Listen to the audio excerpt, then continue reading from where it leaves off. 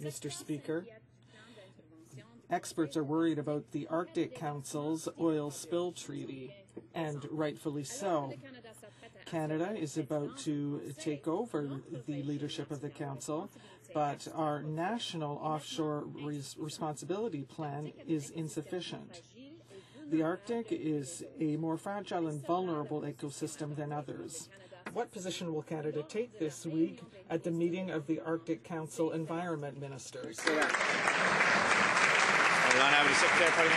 Parliamentary Secretary. Protecting our environment, including the Arctic, has always been a priority of this government, and including measures that we put in place in Budget 2012, specifically to respond to spills with regard to oil.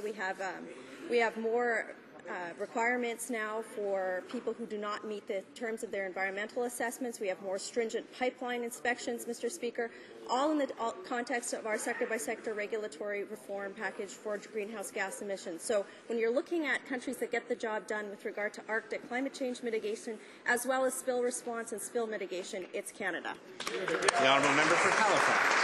Mr. Speaker, Conservatives talk about protecting the environment, but the only action they take is to gut those very laws that protect our environment.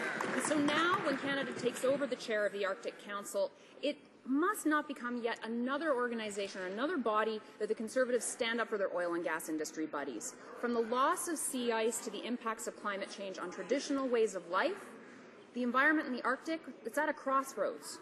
So will the Conservatives allow these concerns to be central to the work of the Arctic Council? The Honourable Prime Secretary of the Ministry of the Environment. Well, Mr. Speaker, when we're talking about climate change mitigation and adaptation, it's under our government that Canada has actually seen a reduction in greenhouse gas emissions while our economy continues to grow.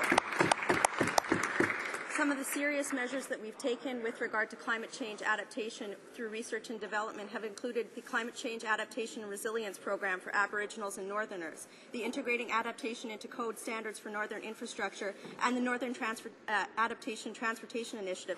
This is one of many initiatives that we've undertaken through our science councils, through Environment Canada, through Natural Resource Canada, to consult with people and ensure that we have these measures in place. The Honourable